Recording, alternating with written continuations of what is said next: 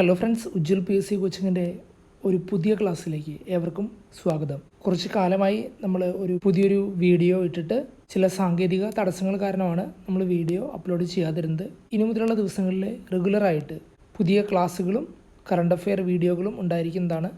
തീർച്ചയായിട്ടും വരാൻ പോകുന്ന LGS എക്സാം, അതുപോലെ തന്നെ ഒരുപാട് എക്സാമുകൾ നമുക്ക് ഇനിയുള്ള മാസങ്ങളിലുണ്ട്.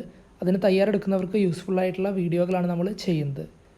നമുക്ക് ഇന്നത്തെ ഈ ഒരു ക്ലാസ്സിൽ കറണ്ട് അഫെയേഴ്സാണ് നമ്മൾ ചെയ്യുന്നത്. കഴിഞ്ഞ വർഷത്തെ ഏറ്റവും പ്രധാനപ്പെട്ട 20 കറണ്ട് അഫെയർ ചോദ്യങ്ങളാണ് നമ്മൾ സെലക്ട് ചെയ്തിട്ടുള്ളത്. ഒന്നാമത്തെ ചോദ്യം, സൗരോർജ ഉൽപ്പാദനത്തിൽ ലോകത്തിൽ 3-ാം സ്ഥാനത്തുള്ള രാജ്യം ഏതാണെന്നാണ്. നിലവിലെ ലോകത്തിലെ 3-ാം സ്ഥാനത്ത് സൗരോർജ ഉൽപ്പാദനത്തിൽ നിൽക്കുന്ന രാജ്യം ഇന്ത്യയാണ്. ഓപ്ഷൻ സി ആണ് ഉത്തരം. അതുപോലെ തന്നെ 1-ാം സ്ഥാനത്തുള്ള രാജ്യം എല്ലാവർക്കും വിചാരിക്കുന്ന പോലെ തന്നെ ചൈനയാണ്. അതുപോലെ തന്നെ 2-ാം സ്ഥാനത്തുള്ളത് അമേരിക്കയാണ്. ജപ്പാനെ മറികടന്നുകൊണ്ടാണ് ഇന്ത്യ നിലവിലെ 3-ാം സ്ഥാനം സൗരോർജ ഉൽപ്പാദനത്തിൽ കൈവരിച്ചിട്ടുള്ളത്. അതുപോലെ തന്നെ സൗരോർജ ഉൽപ്പാദനവുമായി ബന്ധപ്പെട്ടിട്ടുള്ള ഒരു പ്രധാനപ്പെട്ട ഒരു ഏജൻസിയാണ് ISA എന്ന് പറയുന്നത്, ഇൻ്റർനാഷണൽ സോളാർ അലയൻസ് എന്നുള്ളത്. ഈ ഒരു അലയൻസിൻ്റെ ആസ്ഥാനം ഇന്ത്യയിൽ തന്നെയാണ്. രണ്ടാമത്തെ ചോദ്യം, ഇന്ത്യൻ കായിക താരങ്ങൾക്കിടയിലെ ഉത്തേജക വിവാദം ഒഴിവാക്കുന്നതിനായിട്ട് ദേശീയ ഉത്തേജക വിരുദ്ധ ഏജൻസി ആരംഭിച്ചിട്ടുള്ള പുതിയ ക്യാമ്പയിൻ ഏതാണെന്നാണ്. ദേശീയ ഉത്തേജക വിരുദ്ധ ഏജൻസി ആരംഭിച്ചിട്ടുള്ള പുതിയ ക്യാമ്പയിൻ്റെ പേരാണ് ഓപ്ഷൻ ബി പ്ലേ ട്രൂ എന്നുള്ളത്. ഓപ്ഷൻ ബി ആണ് ഉത്തരം. പ്ലേ ട്രൂ ക്യാമ്പയിനാണ് ദേശീയ ഉത്തേജക വിരുദ്ധ ഏജൻസി ആരംഭിച്ചിട്ടുള്ളത്. മൂന്നാമത്തെ ചോദ്യം, ചാങ് E6 ഏത് രാജ്യത്തിൻ്റെ ചാന്ദ്ര പരിവേഷണ ദൗത്യമാണെന്നാണ്. നിങ്ങൾക്കെല്ലാവർക്കും അറിയാം, ഓരോ രാജ്യത്തിനും അവരുടേതായിട്ടുള്ള ഓരോ ചാന്ദ്ര പര്യവേഷണ ദൗത്യങ്ങളുണ്ടായിരിക്കും. ഇന്ത്യയുടെ അത്തരത്തിലുള്ള ദൗത്യമാണ് ചന്ദ്രയാൻ എന്നുള്ളത്. ചന്ദ്രയാൻ 1, 2 തുടങ്ങിയവ. അപ്പോൾ ഈ ചാങ് E എന്ന് പറയുന്നത് ചൈനയുടെയാണ്. ഓപ്ഷൻ സി ആണ് ഉത്തരം. അതുപോലെ തന്നെ ജപ്പാൻ്റെ ചാന്ദ്ര പരിവേഷണ ദൗത്യമാണ് ജക്സ എന്ന് വിളിക്കുന്നത്. ലൂണ എന്നുള്ളത് റഷ്യയുടെയാണ്. ഈ 2-3 കാര്യങ്ങൾ പ്രത്യേകം ഓർത്തിരിക്കുക, ഇമ്പോർട്ടൻ്റ് ആണ്. നാലാമത്തെ ചോദ്യം, പുതിയതായി നിയമിതനായ ചീഫ് ഓഫ് ഡിഫൻസ് സ്റ്റാഫ് ആരാണെന്നാണ്.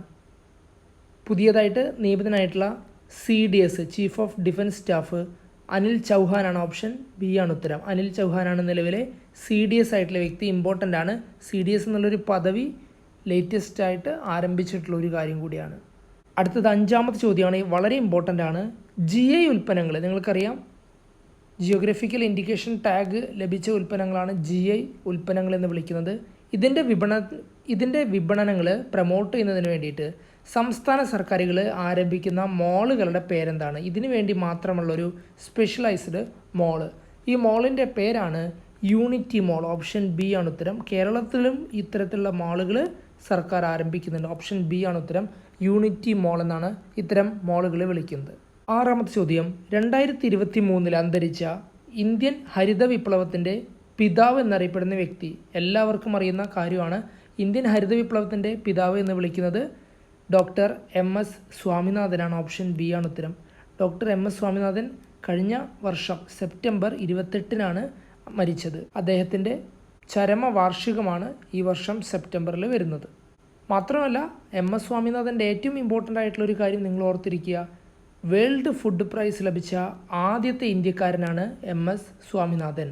അതുപോലെ തന്നെ മാർക്സസ്യ പുരസ്കാരം MS സ്വാമിനാഥന് ലഭിച്ച വർഷം കൂടി ഓർത്തിരിക്കുക, 1971 മാർക്സസ്യ പുരസ്കാരം ലഭിച്ചു.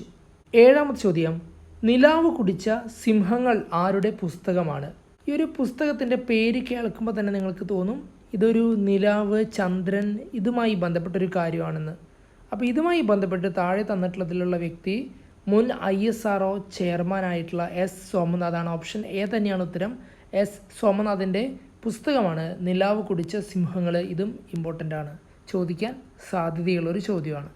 എട്ടാമത്തെ ചോദ്യം, ഏത് ദിവസമാണ് കേരളത്തിലെ കുടുംബശ്രീ ദിനമായിട്ട് ആചരിക്കുന്നത്?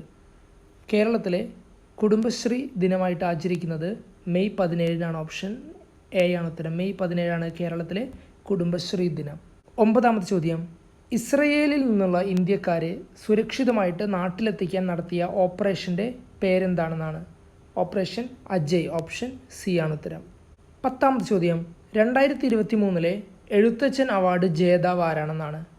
2023 എഴുത്തച്ഛൻ അവാർഡ് ജേതാവ് SK വസന്തനാണ്. ഓപ്ഷൻ ബി ആണ് ഉത്തരം. SK വസന്തനാണ് 2023 എഴുത്തച്ഛൻ അവാർഡ് ജേതാവ്. എഴുത്തച്ഛൻ അവാർഡുമായി ബന്ധപ്പെട്ട് നിങ്ങൾ പഠിക്കേണ്ട കാര്യങ്ങളാണ്. അതിൻ്റെ സമ്മാന തുക എത്രയാണ്, ഈ വർഷം നേടിയിട്ടുള്ള വ്യക്തിയുടെ പ്രധാനപ്പെട്ട വർക്കുകൾ ഏതാണ്, ഇത്തരം കാര്യങ്ങൾ നമ്മൾ പ്രത്യേകം ഓർത്തിരിക്കണം. SK വസന്തനാണ് 2023 ലഭിച്ചത്. 11ാമത്തെ ചോദ്യം, ഇന്ത്യയിലെ ആദ്യത്തെ ജിയോ പാർക്ക് ആരംഭിക്കുന്നത് എവിടെയാണ്?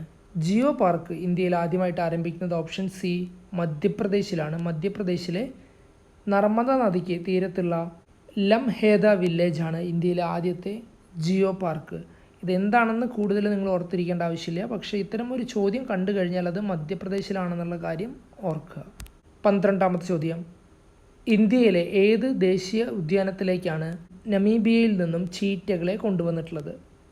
നമീബിയയിൽ നിന്നും ചീറ്റകളെ ഇന്ത്യയിലേക്ക് കൊണ്ടുവന്നിട്ടുള്ളത് ഓപ്ഷൻ ബി കൂനോ ദേശീയ ഉദ്യാനത്തിലേക്കാണ്. കൂനോ ദേശീയ ഉദ്യാനം സ്ഥിതി ചെയ്യുന്നത് എവിടെയാണ്? അതും മധ്യപ്രദേശിൽ തന്നെയാണ്. മധ്യപ്രദേശിലാണ് കൂനോ സ്ഥിതി ചെയ്യുന്നത്. ഇമ്പോർട്ടൻ്റ് ആണ്, പ്രത്യേകം ഓർത്തിരിക്കുക. 13ാമത്തെ ചോദ്യം, ഇന്ത്യയിലെ ആദ്യത്തെ തണ്ണീർത്തട നഗരം എന്ന് അറിയപ്പെടുന്നത് ഏത് നഗരമാണ്? ഇന്ത്യയിലെ ആദ്യത്തെ തണ്ണീർത്തട നഗരം, ഇമ്പോർട്ടൻ്റ് ആണ്, വെറ്റ്ലാൻഡുകൾ. ഇന്ത്യയിലെ ആദ്യത്തെ വെറ്റ്ലാൻഡ് സിറ്റി എന്നറിയപ്പെടുന്നത് ഓപ്ഷൻ സി ഉദയ്പൂരാണ്. 14ാമത്തെ ചോദ്യം, ഇന്ത്യയിൽ എവിടെയാണ് ഈ അടുത്ത് ലിഥിയം ഖനി കണ്ടെത്തിയത്? ലിഥിയം നിങ്ങൾക്കറിയാം, ഇപ്പോൾ എല്ലാ ബാറ്ററികളും ലിഥിയം ഉപയോഗിച്ചിട്ടുള്ള ബാറ്ററിയാണ്. ലിഥിയം അയൺ ബാറ്ററിയാണ്, LiFe എന്നാണ് വിളിക്കുന്നത്. ഇത്തരം ബാറ്ററികളാണ് നിലവിലെ എല്ലാ പുതിയ കാറുകളിലാണെങ്കിലും മൊബൈൽ ഫോണുകളിലാണെങ്കിലും ഉപയോഗിക്കുന്നത്. അതുകൊണ്ട് ലിഥിയം ഖനി ഇന്ത്യയിൽ കണ്ടെത്തിയത് വളരെ ഇമ്പോർട്ടൻ്റ് ആയിട്ടുള്ളൊരു വാർത്തയായിരുന്നു ഈ അടുത്ത്. അത് കണ്ടെത്തിയത് ഓപ്ഷൻ സി ജമ്മു കാശ്മീരിലാണ്. 15ാമത്തെ ചോദ്യം, ലോകത്തിലെ ഏറ്റവും വലിയ കാറ്റാടിപ്പാടം ഇന്ത്യയിൽ ആരംഭിച്ചിട്ടുണ്ട്, അത് എവിടെയാണെന്നാണ്? ഇതിൻ്റെ ഉത്തരം നിങ്ങൾ താഴെ കമൻറ്റ് ചെയ്യുക. തമിഴ്നാട്ടിലാണ് ഇത് ആരംഭിച്ചിട്ടുള്ളത്. തമിഴ്നാട്ടിൽ എവിടെയാണെന്ന് നിങ്ങളിത് കണ്ടെത്തി പറയാം. 16ാമത്തെ ചോദ്യം, 2024 G20 ഉച്ചകോടിക്ക് വേദിയാകുന്ന രാജ്യം ഏതാണെന്നാണ്? 2024 G20 ഉച്ചകോടിക്ക് വേദിയാകുന്നത് ബ്രസീലാണ്. ഓപ്ഷൻ ബി ആണ് ഉത്തരം.